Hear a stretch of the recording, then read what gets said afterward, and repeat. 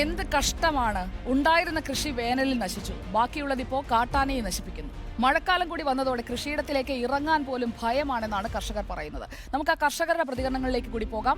സന്ദീപ് അവരോട് സംസാരിക്കാം.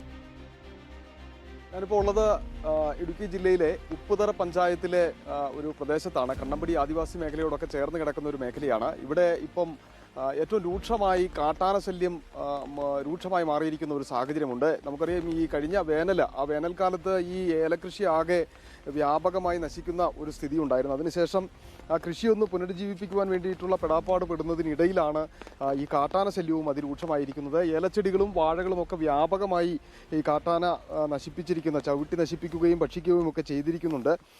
ഈ മഴക്കാലം ആയതുകൊണ്ട് തന്നെ ഈ കാട്ടാന എത്തുന്നത് കാണാൻ പോലും കഴിയില്ലാത്ത ഒരു സ്ഥിതി കൂടിയുണ്ട്. രാത്രികാലങ്ങളിലും പകലുമൊക്കെ കാട്ടാനകൾ ഇങ്ങനെ ഈ മേഖലയിൽ ഇഷ്ടം പോലെ എത്തുന്ന ഒരു സ്ഥിതിയിലേക്ക് കാര്യങ്ങൾ എത്തിയെന്നാണ് കർഷകർ പറയുന്നത്. നമ്മുടെ കൂടെ ഒരു ചേട്ടനുണ്ട്. എന്നാ കാട്ടാന വന്നത്? കാട്ടാന ഇന്നലെ കഴിഞ്ഞ മുമ്പത്തെ രാത്രിയിലാണ് ഇവിടെ ഇത്രയെല്ലാം നാശം ഉണ്ടാക്കിയിരിക്കുന്നത്. ഞങ്ങൾക്കിവിടെ സൗജന്യമായിട്ട് ജീവിക്കാൻ പറ്റാത്തൊരു സാഹചര്യമാണ്. കുട്ടികളുമൊക്കെ ആയിട്ട് ഞങ്ങൾ ജീവിക്കുന്നതാണ്. രാത്രി കാലങ്ങളിൽ ഇങ്ങനെ ആന വന്നാൽ ഞങ്ങൾ അറിയുന്നില്ല. ഞങ്ങൾ ഏലം, വാഴ, അതുപോലെ കപ്പ, കയ്യാലകൾ, അങ്ങനെയുള്ള എല്ലാ സാധനങ്ങളും നശിപ്പിക്കുകയും കിട്ടിയിട്ടില്ല. ഫോറസ്റ്റിലേക്ക് പോയി എന്തായാലും നഷ്ടപരിഹാരത്തിന് നമ്മൾ അപേക്ഷ കൊടുത്തു കഴിഞ്ഞാൽ 10, 50, 100 രൂപയാണ് നമുക്ക് കിട്ടും. നമുക്ക് 12,000 രൂപ വെച്ച് ചിലവാകും. ഞങ്ങൾ വെറുതെ ഇതിൻ്റെ പുറകെ നടക്കാമെന്നല്ലാതെ ഒരു പ്രയോജനവുമില്ല. ഞങ്ങളുടെ കഷ്ടപ്പാട് വെറുതെ ഒരുപായിട്ട് ജീവിക്കാൻ പറ്റുന്ന ഒരു സാഹചര്യം ഈ സർക്കാരിൻ്റെ ഭാഗത്തുനിന്നും അധികാരിയുടെ ഭാഗത്തുനിന്നും ഉണ്ടായി കിട്ടണമെന്നാണ് ഞങ്ങൾക്ക് പറയാനുള്ളത്.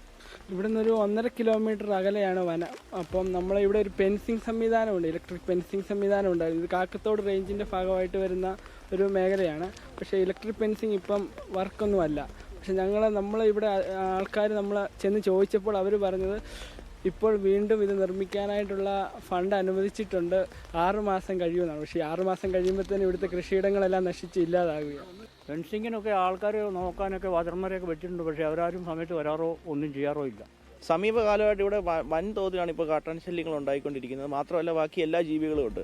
വേനൽ കാരണമുള്ള എല്ലാ വിളകളും നശിച്ച് കർഷകർ വളരെ പ്രതിസന്ധി നിൽക്കുമ്പോഴത്തേനും ഈ ഫെൻസിങ്ങും കൂടി ഇങ്ങനെ ഇല്ലാതായി കഴിഞ്ഞാൽ ഇവിടെ ആർക്കും ജീവിക്കാൻ പറ്റാത്ത അവസ്ഥയാണ്. വൈകുന്നേരങ്ങളായി കഴിഞ്ഞാൽ വാഹനങ്ങൾക്ക് പോലും പോകാൻ പറ്റില്ല. വഴി കയറി നിന്ന് വണ്ടി തടയുക, പറമ്പിൽ കയറി വാഴ പറിക്കുക, അങ്ങനത്തെ എല്ലാ സാധനങ്ങളും നശിപ്പിക്കുക. അപ്പം അധികൃതരോട് പറയാനുള്ളത്, ഞങ്ങൾ അപേക്ഷ കൊടുത്തപ്പോൾ കാക്കത്തോട് റേഞ്ചിലാണ് ഇപ്പോൾ ഈ വരുന്ന സ്ഥലം കിടക്കുന്നത്.